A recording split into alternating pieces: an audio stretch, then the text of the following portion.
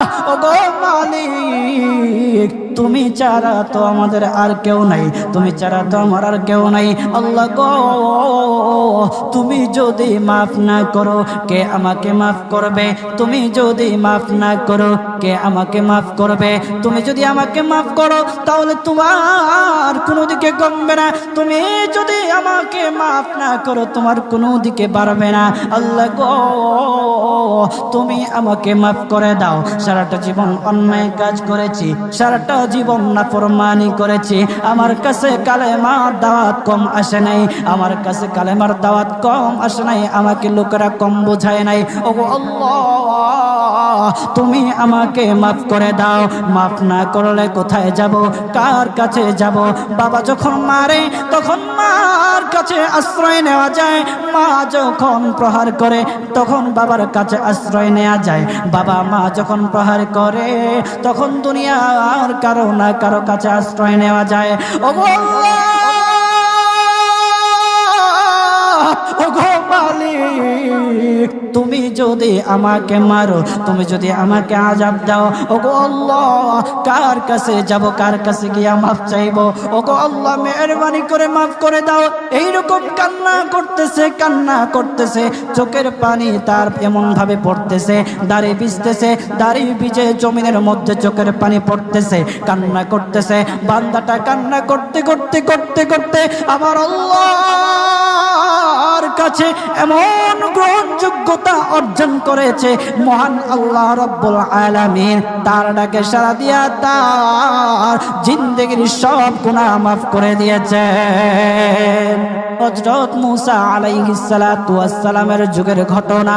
একজন বড় পাপিষ্ঠ ছিল, জীবনে এমন কোন গুনাহ নাই যে গুনাহ সে করে নাই।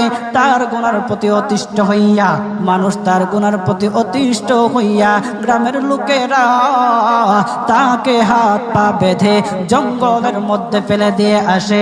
জঙ্গলের মধ্যে থাকতে থাকে, কিছুদিন থাকার পর মালাকুল মউত যখন তার সামনে এসে উপস্থিত, এর আগ মুহূর্তে সে বান্দা আল্লাহর কাছে ডেকে ডেকে বলতেছে, ওগো মালিক, তুমি ছাড়া তো আমাদের আর কেউ নাই, তুমি ছাড়া তো আমার আর কেউ নাই। আল্লাহ গো, তুমি যদি মাফ না করো কে আমাকে মাফ করবে? তুমি যদি মাফ না করো কে আমাকে মাফ করবে? তুমি যদি আমাকে মাফ করো তাহলে তোমার কোনো দিকে কমবে না, তুমি যদি আমাকে মাফ না করো তোমার কোনো দিকে বাড়বে না। আল্লাহ গো, তুমি আমাকে মাফ করে দাও। সারাটা জীবন অন্যায় কাজ করেছি, সারাটা জীবন নাফরমানি করেছি, আমার কাছে কালেমার দাওয়াত কম আসে নাই, আমার কাছে কালেমার দাওয়াত কম আসে নাই, আমাকে লোকেরা কম বোঝায় নাই। ওগো আল্লাহ, তুমি আমাকে মাফ করে দাও। মাফ না করলে কোথায় যাব, কার কাছে যাব? বাবা যখন মারে তখন মার কাছে আশ্রয় নেওয়া যায়, মা যখন প্রহার করে তখন বাবার কাছে আশ্রয় নেওয়া যায়, বাবা মা যখন প্রহার করে তখন দুনিয়ার কারো না কারো কাছে আশ্রয় নেওয়া যায়। ওগো আল্লাহ, ওগো মালিক, তুমি যদি আমাকে মারো, তুমি যদি আমাকে আযাব দাও, ওগো আল্লাহ, কার কাছে যাব, কার কাছে গিয়া মাফ চাইবো? ওগো আল্লাহ, মেহেরবানি করে মাফ করে দাও। এইরকম কান্না করতেছে, কান্না করতেছে, চোখের পানি তার এমন ভাবে পড়তেছে, দাড়ি ভিজতেছে, দাড়ি ভিজে জমিনের মধ্যে চোখের পানি পড়তেছে, কান্না করতেছে। বান্দাটা কান্না করতে করতে করতে করতে আমার আল্লাহর কাছে এমন গ্রহণযোগ্যতা অর্জন করেছে, মহান আল্লাহ রাব্বুল আলামিন তার ডাকে সাড়া দিয়া তার জিন্দেগির সব গুনাহ মাফ করে দিয়েছেন। ওই বান্দাটা তাওবা করতে করতে করতে করতে হঠাৎ ইন্তেকাল করে। ইন্তেকাল হওয়ার পরে হযরত মূসা আলাইহিস সালাতু ওয়াস সালামকে মহান আল্লাহ